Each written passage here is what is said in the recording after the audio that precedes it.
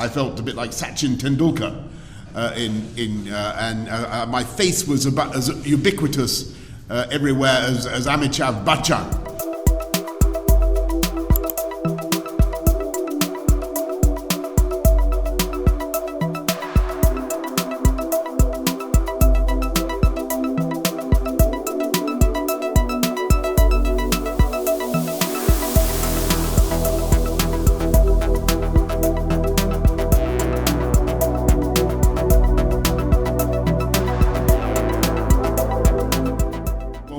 My friend, Prime Minister Modi, Narendra, my Khas Dost, I think is the phrase I want in Hindi. We've had a fantastic 2 days here in India. And yesterday I became the first Conservative Prime Minister to visit Gujarat, which is your birthplace, of course, Narendra, but as you've just said, the ancestral home of about half of all the British Indians, and I had an amazing reception, absolutely amazing. I felt a bit like Sachin Tendulkar. My face was about as ubiquitous everywhere as Amitabh Bachchan. I was everywhere to be seen, and it was fantastic. Now, this morning we've had wonderful talks, and I think that they have strengthened our relationship in every way. In challenging times, it is very important that we, the Khas Dost, get closer together.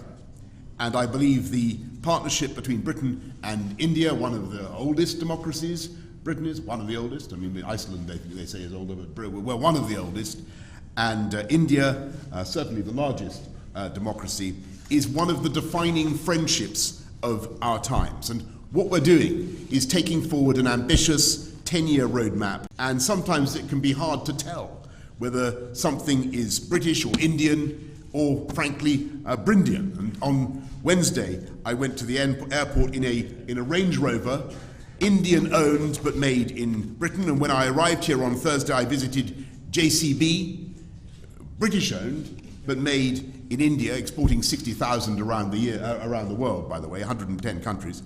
Or take the example of the Norton motorbike, now being revived in Britain by an Indian company.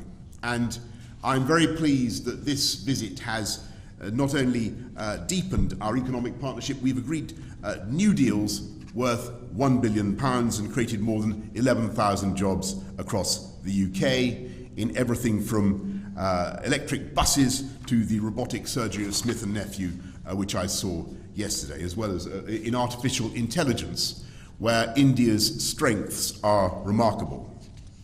And perhaps most significantly for the long term, we're making full use of the freedom that we now have to reach a free trade agreement, a deal where you can lift those tariffs, you can, India, Narendra, on our machinery and apples. Actually, you've already done it on apples, so thank you for the apples.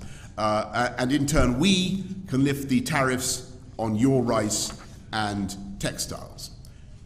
We've already closed 4 chapters, and today we're announcing new measures to make it easier to export UK-made medical devices to India and ensure mutual recognition of UK higher education qualifications.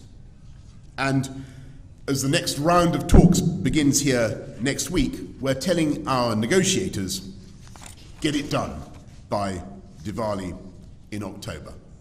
Get it done by Diwali. This could double our trade and investment by the end of the decade, widening that living bridge into a multi-lane motorway pullulating with beautiful jointly made electric vehicles and creating hundreds of thousands of new jobs in both our countries. So, as India celebrates its 75th year of independence, I am filled with optimism about the years ahead and the depth of the friendship between our countries and the security and the prosperity that our partnership can deliver for our people for generations to come.